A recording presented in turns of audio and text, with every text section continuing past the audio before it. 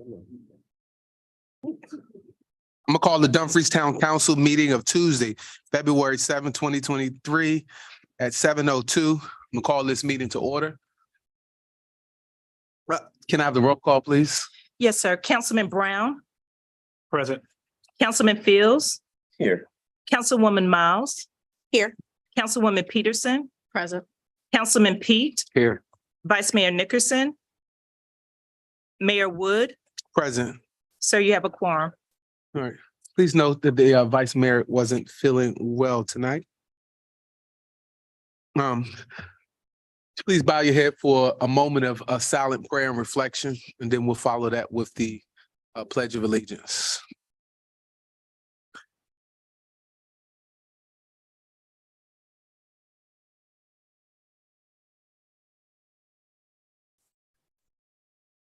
Amen. Please stand for the pledge. Pledge allegiance to the flag of the United States of America and to the republic for which it stands, one nation, under God, indivisible, with liberty and justice for all. Please be seated. Next on our agenda is going to be the adoption of the agenda. Mayor, I'd like to make a motion that we amend the agenda, please. Okay. I'd like to move awards and proclamations, item number 5, right after item number 9. So they'll come after reports and presentations. Okay. Got it. Okay. Any other amendments, changes? Mr. What do you want to do? Second it? Is that- Okay, second by Mr. Brown. Okay, any discussion? Seeing none, I'll call for the question. All right, Councilman Brown, Yes. Ms. Peterson, Yes. Smiles, Aye. Mr. Pete, Yes. Mr. Fields. And that's a yes for me. That motion carries 6-0. So next on our agenda then would be the approval of the minutes from our Dumfries Town Council meeting of January 17th. It's been moved by Mr. Brown, Second. second by Ms. Miles. Seeing any discussion on the minutes? Seeing none, I call for the question. Mr. Fields? I have to abstain. Okay. I'm sorry. I have to abstain. I didn't attend that meeting. Mr. Pete? I'm abstaining also, sir. Ms. Miles? Aye. Mr. Brown? Aye. Ms. Peterson? Aye. And that's a yes for me. Set it up. Yes. We got enough. What was the count? 4-2. All right. 4-0-2. Got it. All right, next on our agenda is going to be our citizen comment period. Are there any citizens currently signed up to speak? Yes, sir. Mr. Robert Borka has signed up to speak on tonight. All right, President of Historic Dumfries. Thank you, sir, for being here tonight. Thank you very much, Town Council, for allowing me the time to speak with you. My name is Robert Borka. I live at 17623 Duke Street in Dumfries. I'm on the Board of Zoning Appeals, Planning Commissioner on a Planning Commission, and President of Historic Dumfries. 2024 marks 275th anniversary of the town of Dumfries. It was chartered May 11th, 1749 by the Virginia House of Burgesses on 60 acres of land donated by John Graham. It was Virginia's first chartered town. From 1750 to 1780, over 60 establishments in and around Dumfries were created. There were shops, inns, ordinaries, taverns, doctors' offices, blacksmiths, silversmiths, tobacco inspectors' warehouse, a brick factory, schools, theater, and even a horse track. Our port rivaled Boston, Philadelphia, and New York. Our population consisted of wealthy landowners, middle-class merchants and business owners, free people of color, enslaved persons, and indentured servants, women, men, and children, families of a wide range of classes and colors. By 1800, notable problems emerged with the siltation of Quantico Creek due to extensive and exhaustive tobacco farming. By the 1820s, the town noted a decline in visitors. Historic Dumfries, Virginia, was formed in 1974, originally as a group of volunteers to restore a historic house and open it as the Weems Spots Museum. HDVI's mission continues to be to preserve and promote the historic heritage of Dumfries.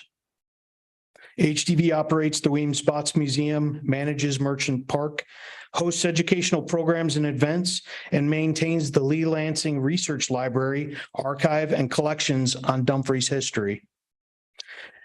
Please note, we have a special program on the 20th of February from 10 a.m. to 11 called The Cherry Tree and Me, featuring Cherry Tree Folktale with crafts and activities. Historic Dumfries supports the town's idea to create a committee to plan and execute the 275th anniversary of our community, our home, our destination, Dumfries. Thank you. Thank you. Madam Clerk, is there anyone else signed up to speak tonight? No, sir, not tonight. All right. Well, next on our agenda, we will have council comments. All right. Councilman Fields, you have any comments tonight? Yes, I do. Wasn't expecting to be first. Good evening, everyone, and I'd like to thank all of those that came out, all those who are watching. It's good to see everyone in a good, happy month of February, the Valentine's month and Black History Month, my history month, my birthday month. I think I covered it all. Wow, I don't even know where to start. Black History Month. Right here in the town of Dumfries. And I often remind the mayor and many other people, to the best of my knowledge, and I just tried to do some research before I misspoke, but to the best of my knowledge, I think the town of Dumfries Town Council is the only all minority and Black council in the state of Virginia. And I think that's something to be proud of. And for the most part, I believe that, I'll speak for myself first, I am the first elected official in my family. And I think that speaks for a lot of representatives up here. What we do, we love doing. And what we do is because we love the town of, the town of Dumfries. My home area is Dinwiddie County, Virginia, and its Tri-Cities around it. And that would always be home. But coming to the town of Dumfries, I couldn't help but to embrace it, working here for so many years and just falling in love with the town. And I'm happy to do what I do. And I think that speaks for all of us. So enjoy all the fine festivities of the month. I know one time I was up here saying if you didn't have anybody for Valentine's Day, I didn't know what to tell you. So I still don't know what to tell you. But you got some time to work on it between now and next week. So have a great evening. Thank you. Councilwoman Peterson, any remarks tonight? Nothing? Okay, Councilman Pete? Good evening, Mayor and citizens. Just want to say happy Black History Month. You know, as we always often celebrate this month to a great level. Just want everyone to be mindful and to enjoy this month and make sure you're just being safe out here and looking after your neighbors. You know, making sure that they're in good health and good comfort. Check on your seniors. Please do check on your seniors. That's all I have for today, man. Councilman Brown? Mayor, I don't have any remarks for tonight. Thank you. Councilwoman Miles? Thank you, Mayor. Good evening, citizens. So last week I had an opportunity to attend a legislative update hosted by Congresswoman Spanberger, along with other local elected officials in the 7th Congressional District. And I want to thank her for hosting us and giving us some much needed information and explaining to us how the work they're doing in Congress affects us here in Dumfries. I was joined by my colleague, the Honorable Tyrone Brown. So we got some really great information. There will be several opportunities to apply for community funding grants that are coming down the pipeline. The process has not yet been released. The committees are still working on the process. That will be forthcoming. So we definitely want to keep our eye on that. Some of these opportunities include road projects, economic development incentives, and then also farm projects. Now, I know we don't have many farms and 1.6 square miles, but how this affects us is that it also provides funds for nutritional foods. So for things like farmers markets and other strategic and other creative ways that we can utilize those funds. So we'll definitely be looking at keeping our eyes open for that process to be released so that we can utilize that opportunity. And she's already proved that she's going to be a great partner with local government. So I'm looking forward to getting that money back from DC. So, and also happy Black History Month. So this year's theme for Black History Month is Black resistance and our ability to fight back against injustice and the conditions that have been forced upon us and our ability to persevere. We have a rich history of resistance that spans from early slave rebellions that were led by men like Denmark Vesey and men like Gabriel Prosser here in Richmond, Virginia. Just to name two of the many that took place, many people are not aware, but their slave revolts were very common. So resistance comes from the time we got here, we have been resisting. And we also moving on, our ancestors were felled during the Reconstruction process, but they still found a way to build a legacy for their families and for their communities, despite the fact that they were not done right, that they didn't get their justice in their 40 acres and a mule. Through civil rights activists like my personal favorite, not that I should have a favorite, but somebody who I definitely idolize, Fannie Lou Hamer. Fannie Lou Hamer, despite the torture she endured, she was an example for women of color during the civil rights movements and fought to ensure that African Americans had a voice in the election process by organizing in Mississippi and also attending the Democratic National Convention in 1964 as a delegate, where she demanded that her community's voice be respected and heard.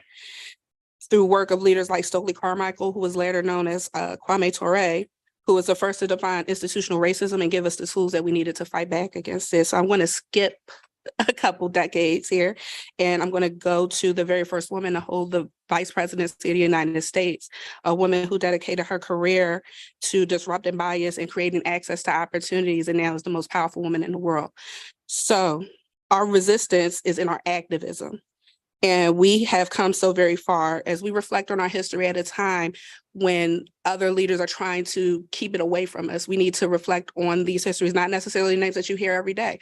We have such a rich history. We want to make sure that we know it and we're aware of it and that we build on this strong foundation that we have. So with that, I yield back. Thank you. I can rip up half of my notes, because I think I'm going to just attach myself to all the comments that was said. I think Councilman Fields and everybody said Happy Black History Month. You also said Happy Valentine's Day. You didn't say President's Day, or you didn't talk about the Super Bowl, which is that a holiday? Oh, no. That's what's up. Oh, the Super Bowl isn't. Okay, Eagles fan? Anybody Kansas City? Any Kansas City? Okay, look. Kansas City. Okay, so Chiefs in there. So all the sports lovers in advance, happy Super Bowl Sunday this Sunday, the biggest wing day in the nation. Today, as they said, this month, it's not only a time to celebrate and honor the contributions and achievements of the African Americans that they put throughout history, but in recognition of this month, the town of Dumfries hosts a Black History celebration. I want to invite everybody out. It's on Saturday, February 25th at the Little Union Baptist Church at 11 a.m. So it'll be Saturday, February 25th at 11 a.m. at Little Union Baptist Church. I'm thrilled to report that last week, Thursday, we hosted a successful business roundtable where business owners from around this community came together here, and we talked about how we can continue to make the town of Dumfries a destination place, that people just don't drive through Dumfries, but people drive, to Dumfries. Thank you. Yeah. And so I think some of the great takeaways that we left with is we talked about not only a need for a business council to come together to help promote and market activities, but we talked about the urgent need for the business community to come together and to help to create more activities for our youth to have in the town. And so that's exciting. We have a couple of business owners that actually raised their hand to take the lead and really to run with that. Additionally, last Monday, I had the opportunity to host the president of the Prince William County Chamber of Commerce in the town of Dumfries. We took a visit of some of the locations throughout town, walked through the current road site, and the chamber is actually excited about being able to bring activities and to take an active role in what's happening in the town of Dumfries, which I think is a major leap to where Dumfries has been, because the chamber hasn't traditionally come down and visit the town of Dumfries. And so to be able to bring an organization like the president of the Chamber of Commerce to come down here, we were grateful to be able to host him and to give him a tour about some of the things that's happening in Dumfries. I would like to take this opportunity to remind everybody also about this Saturday. We have an upcoming bus stop cleanup at February 11th at 11 a.m. It's going to be at Ginn Memorial Park. I think it's important for all of us to play a role in keeping our community not only safe, but also to help keep our community clean. So all of us come together to play that role. I'm most excited about this next initiative that we're putting forth, and it's going to be led by our youth, right? And our youth is going to be hosting what I call a youth-led empowerment town hall, and that's going to be Monday, February 20th at 5 p.m. at the Ginn Memorial. The aim is to really give our young people an opportunity, a platform to share ideas that can help inspire change amongst their peers, amongst their generation, to come together to talk from a lens of what they're seeing in the community, and to share with us as policymakers, as community leaders, what they would like to see from us. So we're putting together this youth-led, youth-hosted empowerment. This is an anti-political event. All the politicians and the community leaders are invited, but this is really to give the youth an opportunity to have their voice. And so this would be at 3800 Grand Park Road on Monday, February 20th at 5 p.m. Lastly, I want to leave you with a quote from Frederick Douglass in this month, because I think it's only appropriate we celebrate a holiday on his birthday, as well as Abraham Lincoln. But Frederick Douglass said, "It's easier to build strong children than to fix broken men." Said it's easier to build strong children than to fix broken men. And so one of my favorite songs growing up was sang by Whitney Houston, where she said, "I believe our children are our future. We need to teach them well and let them lead the way. Continue to show them all the beauty they possess inside and give them a sense of pride." I'm not going to sing the whole song, but I felt y'all wanted me to. You say no. So I just want to say, let us all just continue to work together to build up our young people, to build up our youth in this community. And I think it's going to continue to make the town of Dumfries a better place for us all. With that said, we'll start with our reports and our presentations, and we're going to invite the Chief Executive Officer of our Northern Virginia Transportation Authority, which is led by a Black history maker herself, Miss Monica Backman, to give the Northern Virginia Transportation Authority's annual report. Y'all give her a round of applause, Miss Monica Backman. Good evening, Mayor, members of the council. As Mayor Wood noted, I'm Monica Backman, the CEO of the Northern Virginia Transportation Authority, and I thank you for allowing me to be here with you tonight. Before I get into our annual report, I do want to note that Mayor Wood has been a very, very active member on the NVTA for several years now. In his position, he's to represent the 5 towns here in the region that has a population of 3,500 or more, and he does that exceedingly well. Also, I'd like to note that Councilwoman Miles is the vice chair of our Planning Coordination Advisory Committee. I'm telling you, what the town is doing is really unheard of regarding participation in the regional entities. And I think what your council has really come to realize is that influence, more than votes. People think, oh, I need to have a vote, but your influence goes a long way. And lastly, just because the mayor likes to hear it, I'd like to say it, MBTA has invested $129 million on Route 1 right here in the town of Dumfries. I know that has been a long time coming, but we definitely want to see those improvements happen. So thank you for that, allowing me to say those few things. So our 2022 annual report, and just a little bit about MBTA.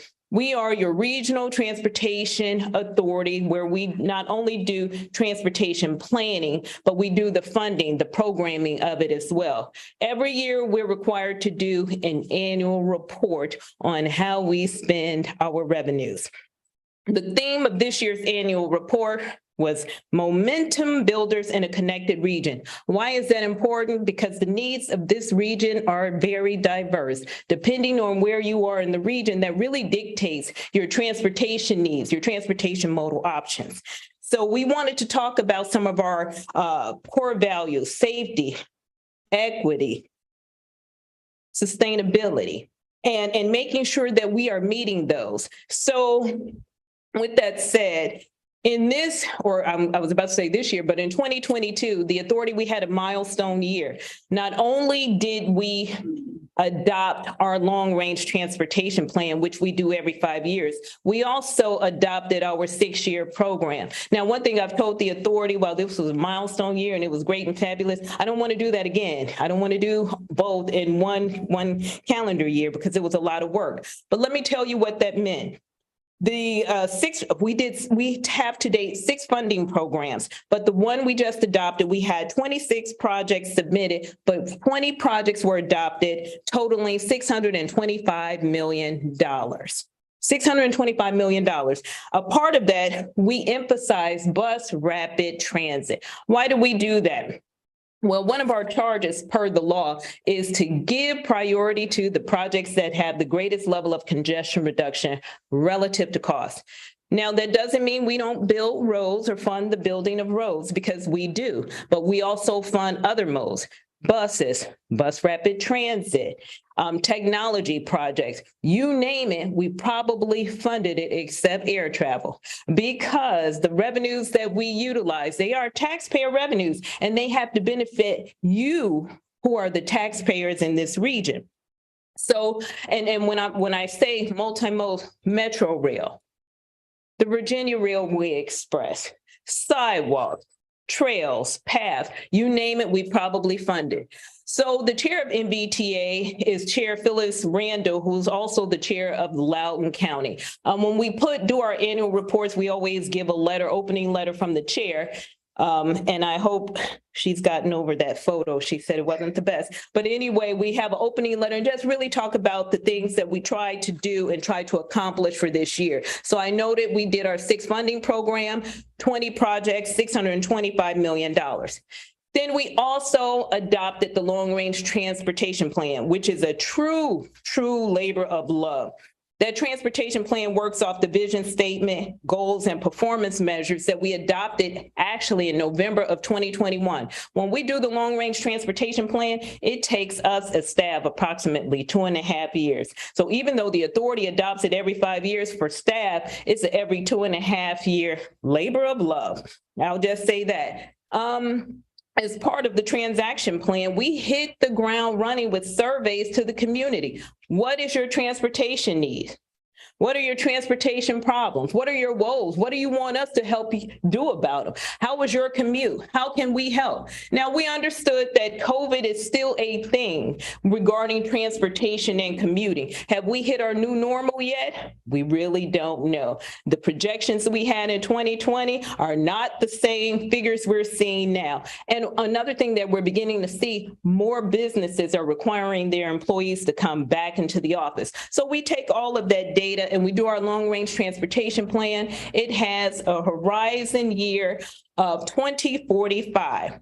Now, this long-range transportation plan has 424 projects totaling $75 billion. Let me stop right there. We don't have $75 billion. The long-range transportation plan is truly a needs-based plan. It looks at the needs. That plan has projects in it from DC and Maryland. We can't fund projects in DC and Maryland because the monies we receive is to fund projects right here in Northern Virginia because you are the people that's paying into the taxes and fees. And another thing I must note, the long-range transportation plan, every locality, and when I say locality, Northern Virginia is comprised of 9 localities, 5 cities, 4 counties. Every locality tries to get a project in that plan. Why? Because in order for us to be in a position to fund your project, it must be in the long-range transportation plan. But some of the new things we tried to do for this plan was leverage technology. As you all know, even with your iPhones or Androids, if you have an Android, I'm sorry, but the iPhones and all of that, but technology constantly evolves. So we try to include technology. We have a transportation technology strategic plan and try to include technology. Now, someone told me, oh, did you include flying cars? No, we didn't go that far into technology, but we tried to look at, are people using apps? You know, are people delaying their travel when they look at apps and their incidents and things like that on the road? What technology related things could we do to help commuting in the region? And the other thing we did that's new for this long range transportation plan was a regional bus rapid transit system. So what is BRT?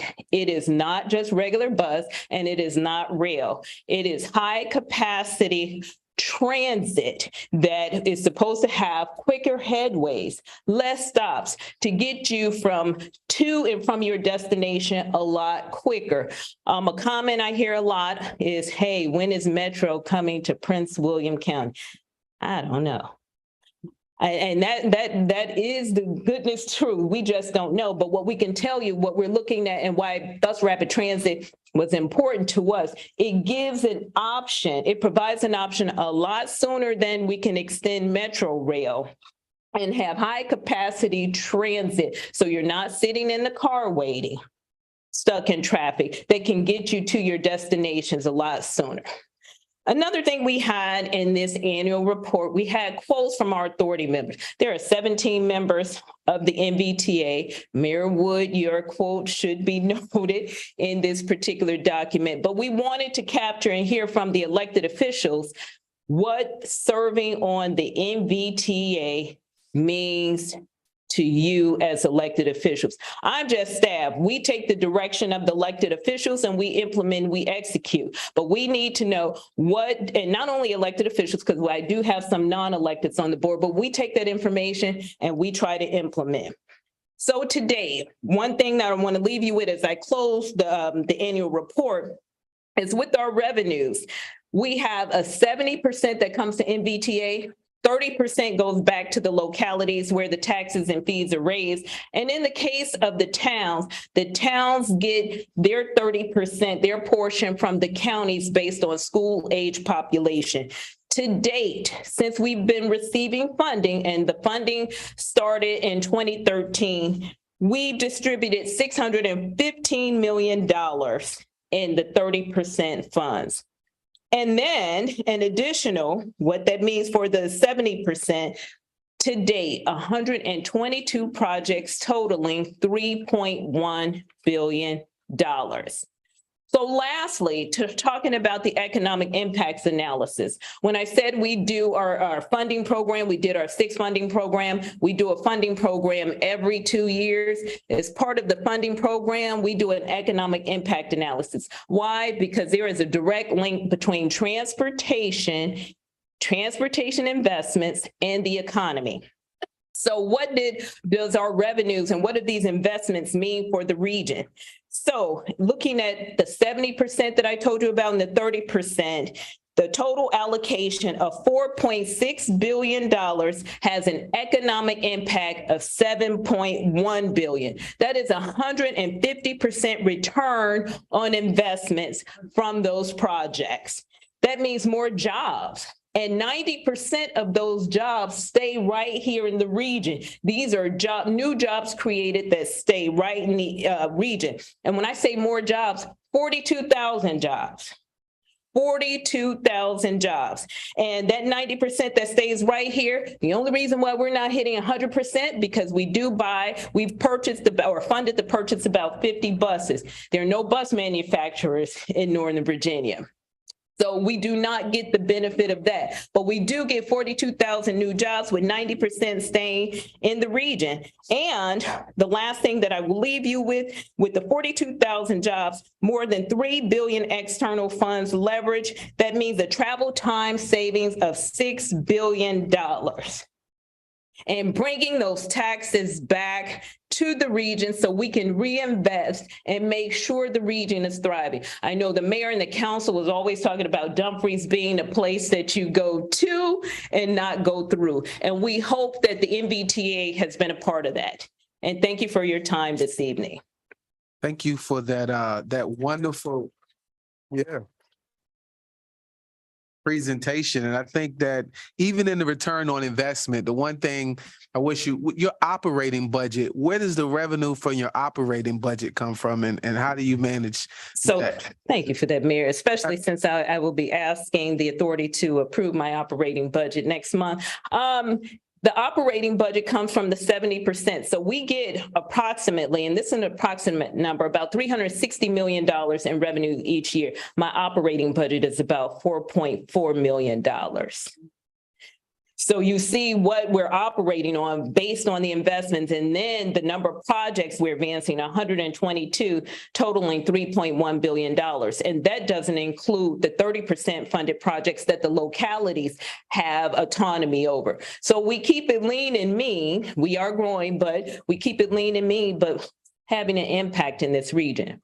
And what I like about it being a member of the finance committee is that entire operating money is the interest that we earn off of investing our tax money into the market. Absolutely. So we're spending all interest on our money. And so it's a beautiful thing that we're not even spending the money, but it's coming, the operating budget is coming directly out of the interest that we earn. So it's like we're bringing a high return on investment on what we're doing. So that's not even reflected in this economic impact of this $7.1 billion because it doesn't even show the impact. And that's a testament to your leadership as our executive director, what you've been able to do for transportation in this region. I think you have been the blueprint for every other transportation authority in the Commonwealth that wants to stand up.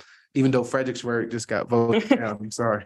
Thank you for that, Mayor. And as the mayor said, we earn more than interest, like 3 times more interest in my operating budget. You know, the interest could fluctuate, but my operating budget is never more than what we earn in interest. Yeah, so that's beautiful. Council, was any comments before we? Yes, I do. Okay, Councilwoman. Thank you.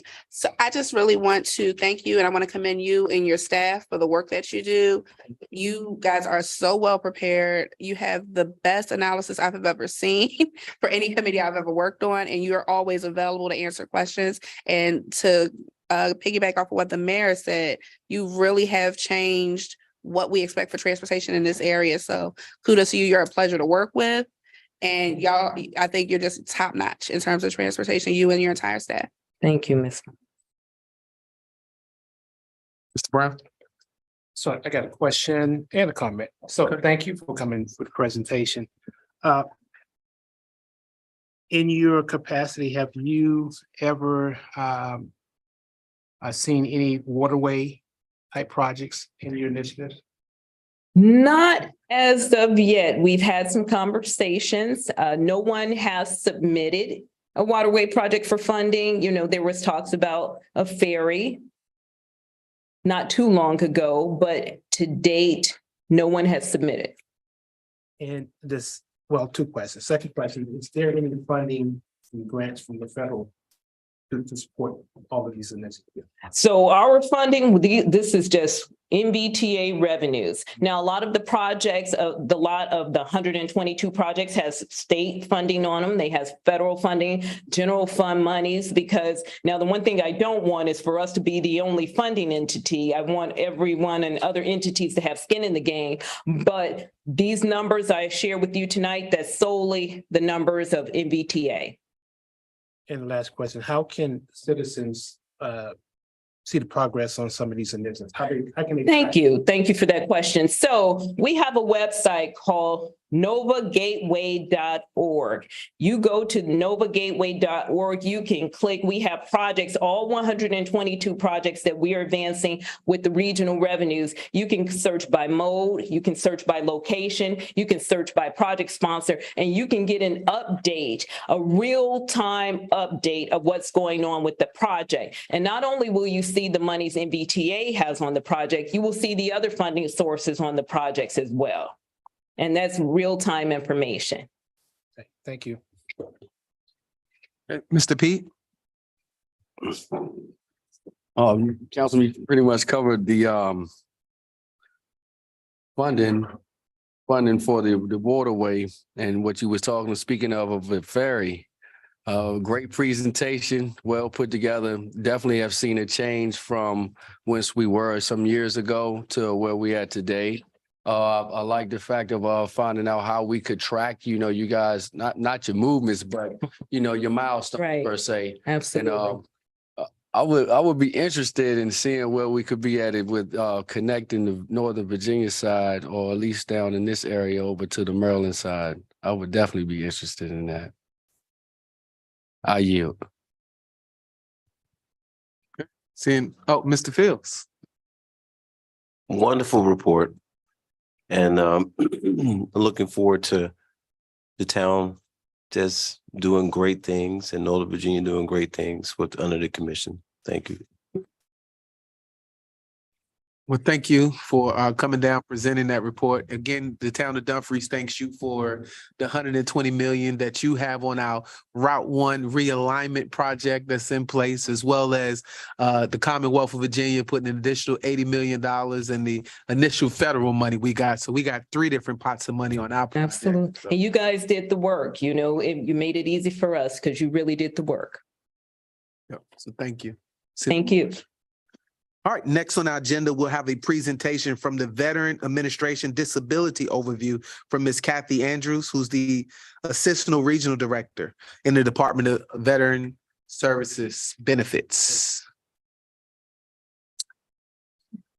Thank you. You just gave me a promotion. Oh. I'm the Assistant Regional Manager. Manager, got me deputy. So thank you, Mayor Wood, Town Council members, and a special thank you to Council Member Pete for the invitation to address you all tonight. I'm just going to give you a basic overview of the Virginia Department of Veteran Services and the services that we provide to Virginia veterans. So the Virginia Department of Veteran Services advocates for veterans and their families in the state of Virginia. We provide information on current federal, state, and local veterans programs and entitlements and referral services that are available to everyone, veterans and their families in the area.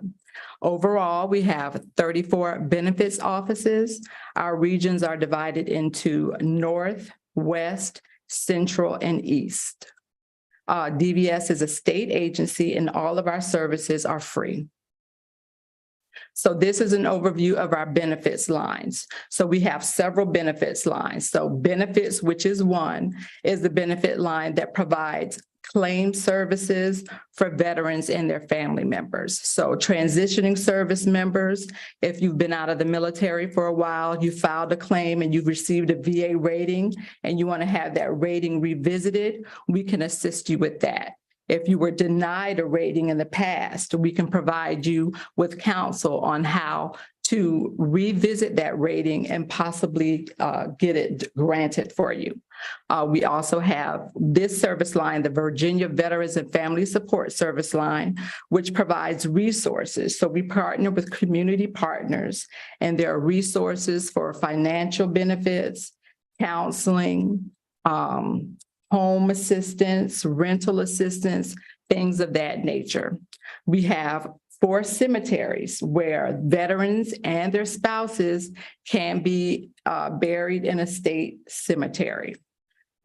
Care centers. So Virginia has at this moment 2 operational care centers. They provide long-term and short-term care for veterans. And we have 2 more that are going to be finished development in the spring of this year. Education, training, and employment. So transitioning veterans, their family members, we provide resume review services, we provide job coaching skills, we provide internships for veterans that are transitioning and want to stay in the area. We partner with employers that provide them with that sometimes paid training so that they can get the experience once they transition from the military.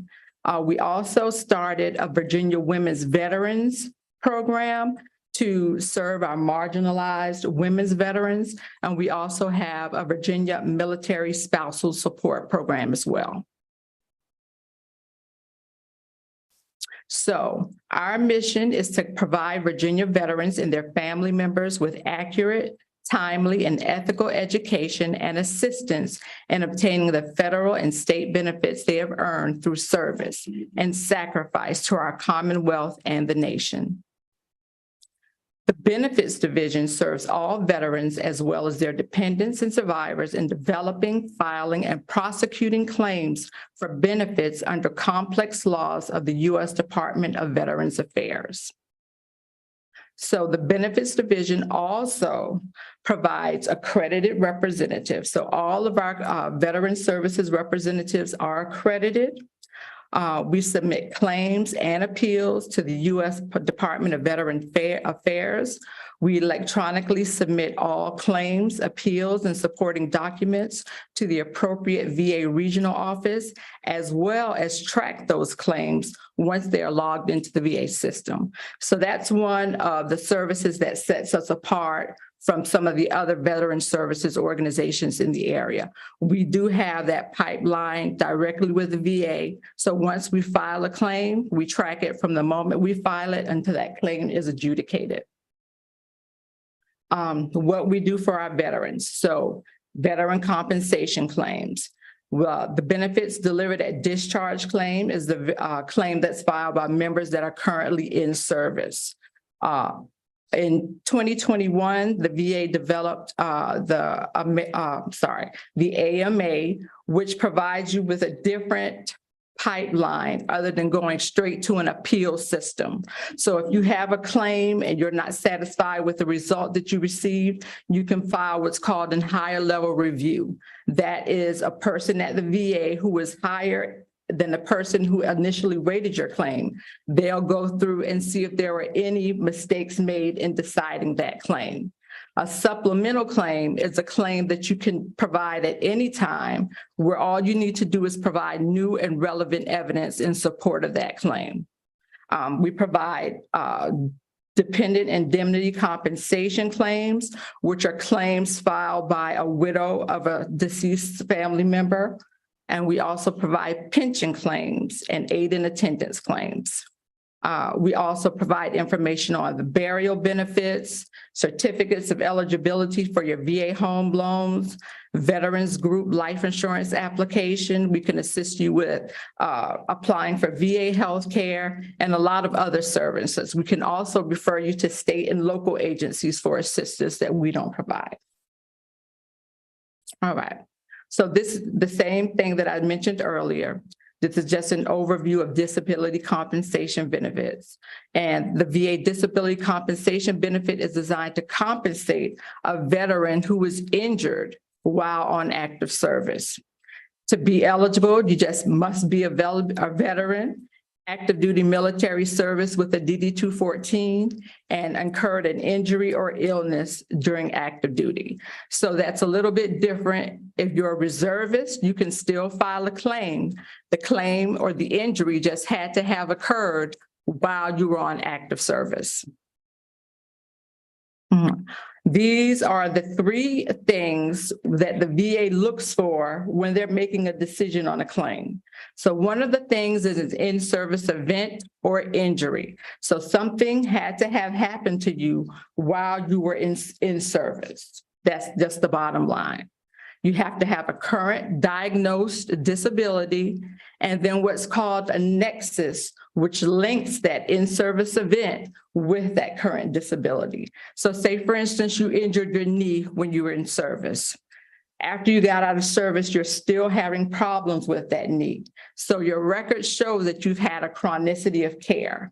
With that information, a medical professional should be able to provide to you a nexus which states that that knee injury you suffered in service is a result of the current diagnosis that you have now. Questions? All right, council, any questions? Mr. Brown? Thank you. You're welcome. For the citizens of Dumfries in the local area, if you know of someone that was in the military and they haven't filed a claim, or they don't know that there is benefits that they can get, we need to get them down there. Yes. I work for the Department of Veterans Affairs. So this is not an easy area to navigate. You need some help. But there's money at the end of this. So if you're not claiming your disability, you're really wasting money. Yes, and it also benefits your dependents too, because if you pass from a service-connected disability, then your dependent spouse will be entitled to a monetary benefit as well. So we have a lot of homeless people, and some of them could be veterans. Some of them could be your family members. We need to make sure that they are getting to the people that can help them get some entitlements. So this is a very important thing. It's a lot deeper than you said. Yes, but sir. You need to get down to the office and let them explain how this process works. I'm in the process, so I know it's difficult. I work at VA and it's still difficult. Mhm. I have connections and it's still difficult. So you really need to have someone that can help you. And with these resources are free, take advantage of that. Thank you. Thank you. Mr. Fields, we had quite a few veterans sitting on the dais here today. Oh, yes. Proud Virginia Army National Guard veteran, 24 years of service. And I'm glad that you spoke of this. I will be using you myself, especially being a reservist. It is even more difficult. Yes, it is. I was told this when I went down to the DAV to file. And I looked at the lady, I said, she don't know what she's talking about, but she was 100% correct. Though I do have a claim, it's not good enough. Mhm. So definitely, as Mr. Brown and Mayor has said, the resources are there. It's time to use them. And we'll definitely spread the word. I know people will see this on television, the internet, and so forth. So thank you. And there are a lot of services out there, but ours are free. You have a lot of organizations that will charge a veteran to provide the same service that we provide for free. They'll take a portion of that veterans, if they're granted a rating, they'll take a portion of that veteran's compensation. If you know of a veteran that's contemplating filing a claim, please send him our way, because like I said, our services are free. We have knowledgeable, accredited veteran services representatives. This is our job. This is what we do. We support our veterans and we are thankful for their service. That's good. Thank you. I think that's a very important point. I think a lot of veterans are afraid because they think that you're like the insurance adjuster, Mhm. that you're looking to just deny their claim and looking for reasons. And a lot of us, quite frankly, don't want to take the time to commit to go through the process. It is a time commitment going through all the doctors and stuff. Maybe I'm speaking for myself because I haven't filed, but right. But thank you for really taking time. We'll try to maybe even get this cut out and isolate this and be able to show this again on our channel. Right. So Thank you. All right. Mr. Pete, want to say one more thing before? Absolutely. Absolutely. Miss Kathy Andrews, I just want to say thank you for it was a pleasure speaking with you and for your interest in even living close to the area of wanting to that's just big, guys. We have the assistant manager with Veterans Affairs right in our area. That's just big right there. So I just want to say thank you for wanting to come and present that to our area. There is a lot of veterans in our area. And if we can get this up on the website, well, I would ask that if you know someone or if you're listening or going to tune in later and, follow through, if you could please utilize the resources that are available for you. Again, it's free. Use these resources that can help you in so many aspects. Some, like I said, some of the council on here are former veterans, and we have a lot of veterans within our town. So again, Ms. Andrews, I want to say thank you, and it was a pleasure again for you coming to present this to the town. Thank you for having me. Absolutely. Thank you.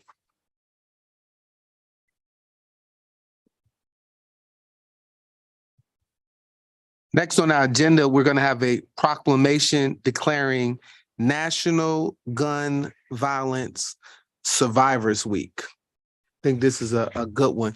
First, can I have all of those who have survived gun violence to just stand and just come forward to see how this is as I read this proclamation for you. And then they can come stand up front while I'm reading.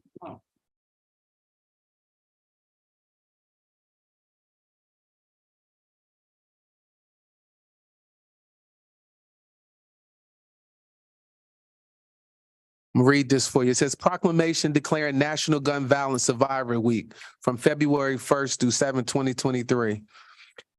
National Gun Violence Survivor Week is the honor to remember all victims and survivors of gun violence and to uplift the resilient voices of survivors across this entire nation. Whereas every year there are nearly 40,000 Americans are killed in acts of gun violence, and approximately 76,000 more are shot and wounded. Whereas every year on average, 1,605 Virginia residents are killed in acts of gun violence, and nearly 1,911 more are shot and wounded. Whereas by early February, more Americans are killed with guns than are killed in our peer countries in an entire calendar year. Whereas a gun violence survivor is anyone who has personally experienced gun violence, whether you have witnessed an act of gun violence, been threatened or wounded with a gun, or had someone you know and care for wounded or killed. Whereas forms of gun violence can include, but are not limited to, gun suicides, gun homicides, domestic violence involving a gun, shootings by law enforcement, and unintentional shootings. Whereas 59% of American adults, including 71% of Black and Latinx Americans, or someone they care for, have experienced gun violence in their lifetime, demonstrating the reach and impact gun violence has in communities across America. Whereas firearms are the leading cause of death for children and teens. Whereas people in American cities across the nation are working to end senseless violence by advocating for common sense gun safety legislation. Whereas by commemorating National Gun Violence Survivors Week on February 1st to February 7th, cities across America will raise awareness about gun violence and honor the lives stolen by gun violence. And whereas we renew our commitment to reduce gun violence, and we pledge to do all we can to keep firearms out of the hands of those who are encouraged responsible gun ownership to help keep our community safe. Now, therefore, be it resolved that the Town Council of Dumfries, Virginia, do hereby proclaim February 1st to February 7th, 2023 to be National Gun Survivors Week. And we encourage all citizens to support their community's efforts to prevent the tragic effects of gun violence and to honor and to value human life. By order of the council, signed, Mayor Derek R. Wood.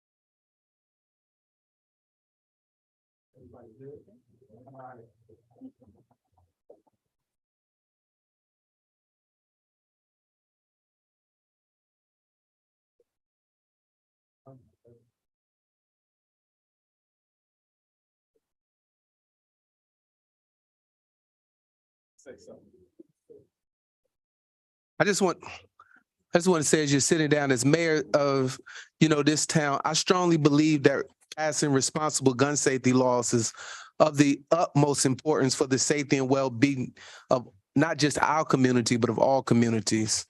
And gun violence has become what we've seen in this in the first part of this year, a pervasive problem that impacts and affects us all. And it is our collective responsibility to take action and to ensure that our streets, that our schools, that our homes are all safe places. And so we got to begin to implement across everybody who's in the legislature measures such as these background checks, license requirements, restriction on these assault weapons. And I think that collectively we can begin to reduce gun violence and protect the lives of our residents in the community. It's time for us to come together, and we're talking to those who are in position up in Washington. It's time for us to come together and pass responsible gun safety laws that will make a real difference in the lives of our citizens. That said, I'm going to do a proclamation to recognize Black History Month.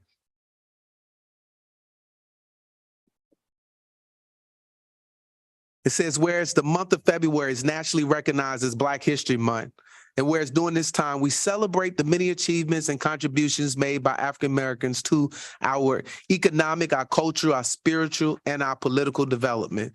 And whereas for generations, the story of American progress has been shaped by the inextinguishable belief that change is always possible and a bright future lies ahead. And whereas we celebrate giants of the civil rights movement and countless other men and women whose names are etched on the cornerstones of our country.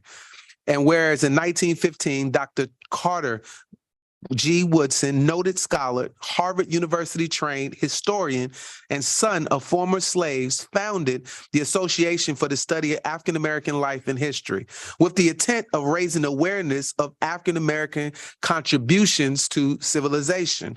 And whereas Dr. Woodson initiated Black History Week beginning February 12, 1926, and for many years following, Black History Week was celebrated during the second week of February.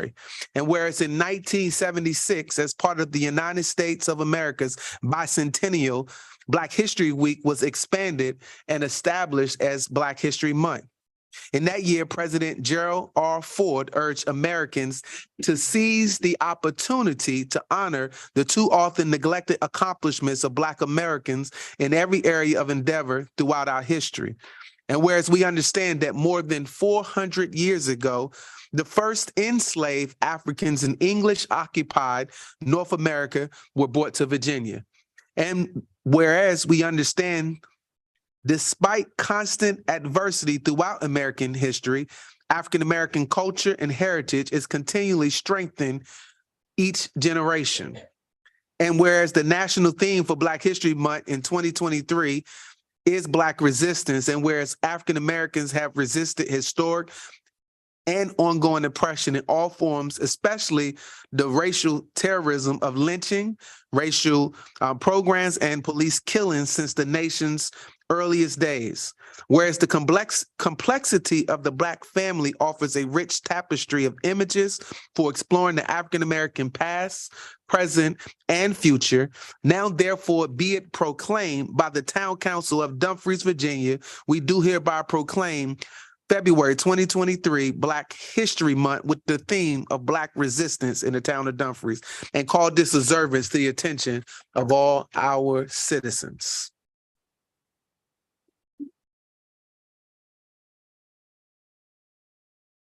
Lastly, we'd like to ask Mr. Keith Rogers to come to the front. Mr. Rogers, can you come here for us, please? Yeah. Oh. Yeah, just turn around, look at the people, man. Just turn around. You know, be good. Huh?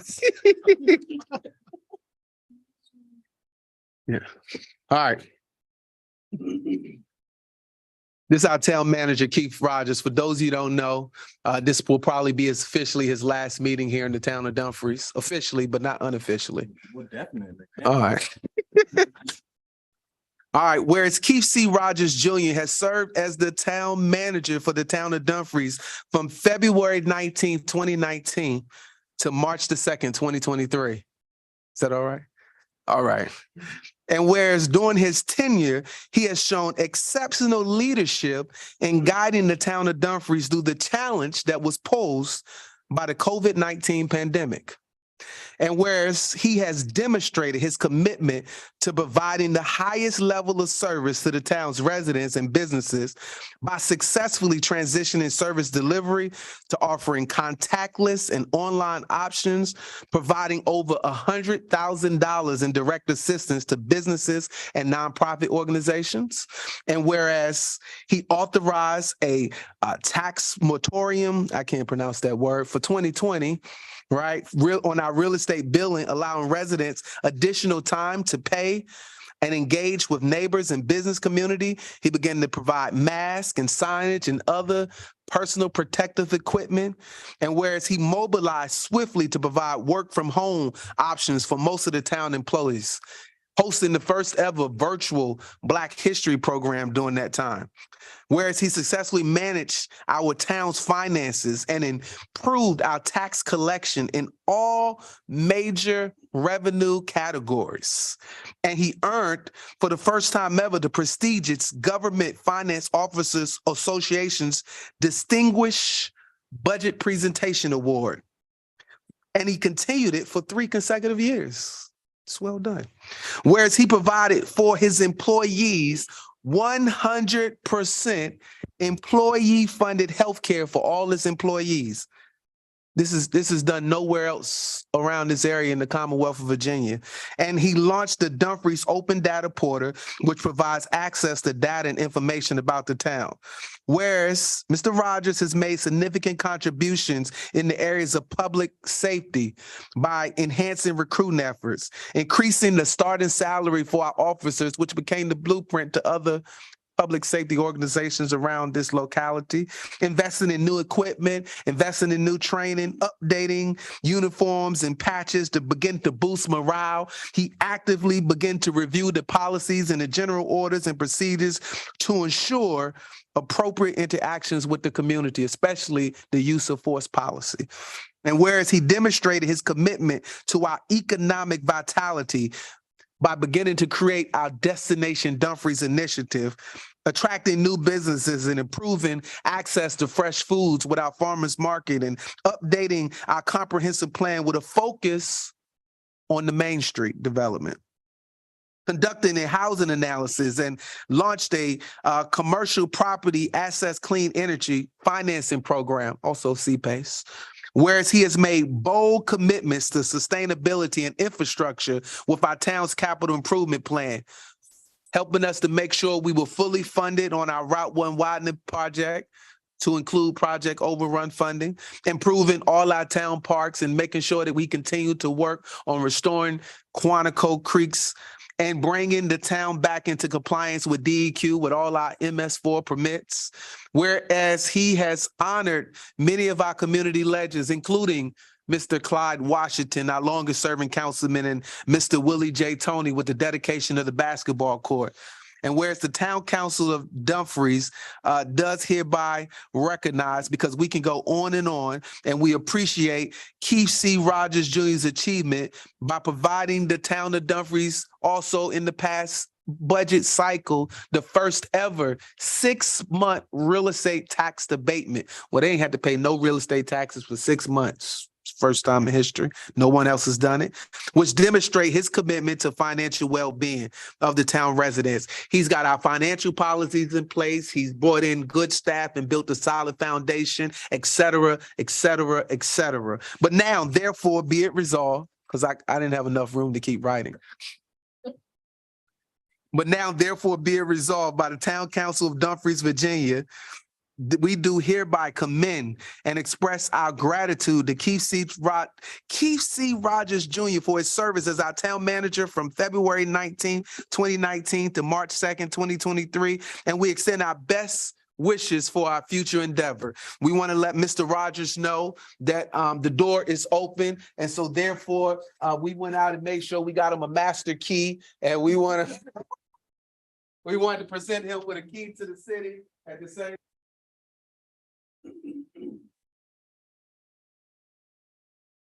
This key to the city is presented to Keith C. Rogers for your service as our town manager on behalf of the council and the staff. Signed Mayor Wood, February 7, 2023, Destination Dumfries. So make sure you understand and you know how to find your way back.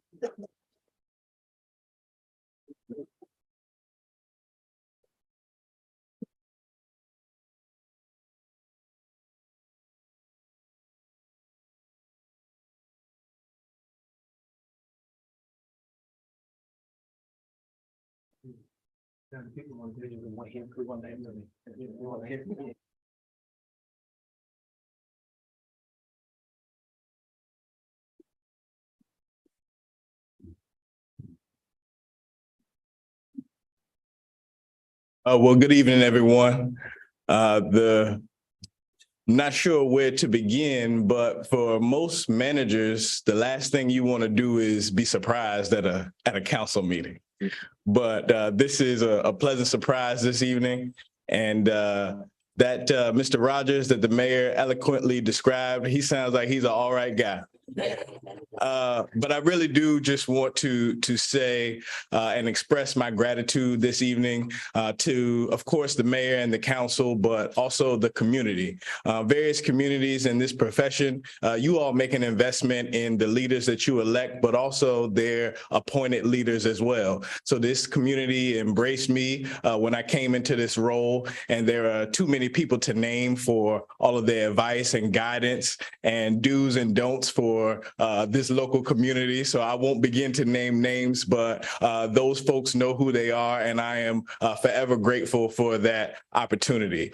Anytime that you have success in a community, which we have to talk about it, Dumfries has had success, especially over these past few years, and it doesn't happen in isolation. It doesn't happen by just one person. It really takes the community. It's the leaders that the community has elected in this council, and this council has really displayed in this entire 4 years that I've been here, the various councils that the town has had has really displayed visionary leadership. Mayor Wood has been the mayor this entire time that I've been here. And as a leader of the council, it really requires visionary leadership to advance a community. So I just want to give the mayor his credit for leading this council and this community, and for the community to trust the vision of the leader. I want to thank all of the council members of this current council as well as previous councils for appointing me and trusting me and allowing me to do the work, because this is not a 9-to-5 position. This is not something that you can come in, turn it on and turn it off. It really is a full commitment, and it really goes in various waves, and it takes a lot and has a large impact. And of course, I would be absolutely remiss, and the success would not be possible if it was not for this great staff that this community has with the town of Dumfries. So I want to give the staff a hand. And I won't get myself in trouble tonight by picking out names and naming names of specific staff members. But I think everyone that has been current staff and has been former staff over the past 4 years knows that I have a couple of philosophies, but my primary philosophy towards the work that we do is excellence. And I describe that in various different ways. Sometimes excellence is doing the right thing when the wrong thing is happening. Sometimes excellence is doing more than what's expected. When you're excellent, you're an example that can be used to train others. And all those various descriptions, they lead to one thing. At the bottom of that poster, it says that excellence is rewarded by increase.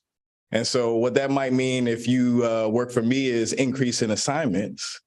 But for a community, what that means is increase in resources, increase in the things that you want to see, increase in the positive activity, increase in population. And I think that over the past 4 years, this community has absolutely experienced it. I think that it is poised for future increase and great things to come. So I just want to extend finally my sincerest gratitude to the mayor, the council, and this community for allowing me to serve. It has been an honor and a pleasure, and I look forward to seeing you again soon.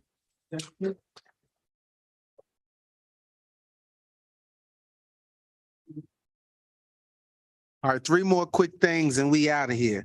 First one is a resolution to appoint a building official.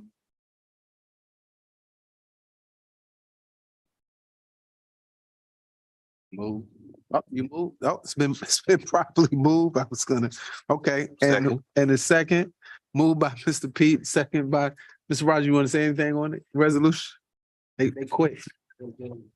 I don't want to interrupt progress at this point. However, I would just mention that we are requesting council approve or appoint Mr. Eric Clark to the position of building administrator. Mr. Clark has been serving with the town since last year. He has completed his certifications through the Commonwealth of Virginia, as the bulk of his experience has been out of the state, but he has made tremendous strides already in his role in assisting the Department of Public Works. And as everyone knows, we have significant major construction projects going on in the town currently and for the future. And Ms. Prevost White has been serving in an acting capacity in her many roles. And so Mr. Clark is poised to step into that permanent role. So we're looking for a motion to approve from the council this Well, year. it's been motion and it's been second to for this resolution to appoint the building official for the town of Dumfries as Mr. Eric Clark. On a motion made by Mr. Pete, second by Mr. Fields. Any discussion on the motion? Okay, seeing no discussion, we'll call for the question. Okay, Councilman Brown, Yes. Ms. Peterson? And Ms. Miles? Aye. Mr. Pete? Yes. Mr. Fields? Yes. And that's a yes for me. That motion carries 6-0. All right. Next on the agenda is a resolution to appoint a zoning administrator or acting zoning administrator. Which one? Okay, zoning administrator. All right, Mr. Rogers. Anyway. Thank you, Mayor. The resolution that's before you now is to appoint Mr. Cicero, the town's principal planner, as the zoning administrator. Since the resignation of our former town planner, I have been serving as acting zoning administrator. Since that time, Mr. Cicero has had the opportunity to come before the council in various capacities related to a number of different projects, and he has completed his training and certification for zoning administrator. And so we are looking for a motion from the council to appoint Mr. Cicero as the zoning administrator for the town of Dumfries. Mayor, a motion that we appoint Mr. Cicero to the position. It's been moved by Mr. Pete, second by Mr. Brown. Any discussion on the motion? Okay, seeing none, I'll call for the question. Ms. Peterson? No. Mr. Brown? Aye. Ms. Miles? Aye. Mr. Fields? Yes. Mr. Pete, I saw you. Yes. All right, that motion carries 6-0. I was just checking. All right, last agenda item is a resolution to establish a 275th anniversary committee. It was stated by earlier that the town was chartered May 11, 1749. So this year we turned 274, but next year we turn 275. That's a bicentennial. Listen, I can't even pronounce what all of those acronyms are. I tried to figure it out. I was looking at Fairfax to try to put it together, but and we got limited resources with the shortness of staff that we have. And it's the custom of many localities to put together a committee, and in the spirit of keeping with that tradition and celebrating our heritage, we got forward to put together a committee that makes up, but not limited to bringing in everybody to really celebrate what Dumfries was and what Dumfries meant, to bring back that rich history. I mean, just to know that we were so important in history that New York, Boston, and Philadelphia was trying to keep up with the amount of tonnage and goods that we was winning. And when we lost that harbor and that waterway, it took our economic prowess. But we're a council right now that's committed to bringing back that rich heritage. And I think next year, as we begin to celebrate that Dumfries 275, and people begin to see that all around. And so we want to put together a committee of people from Prince William County Historic, our historic Dumfries, tourism, Batestown historians. We're looking for at least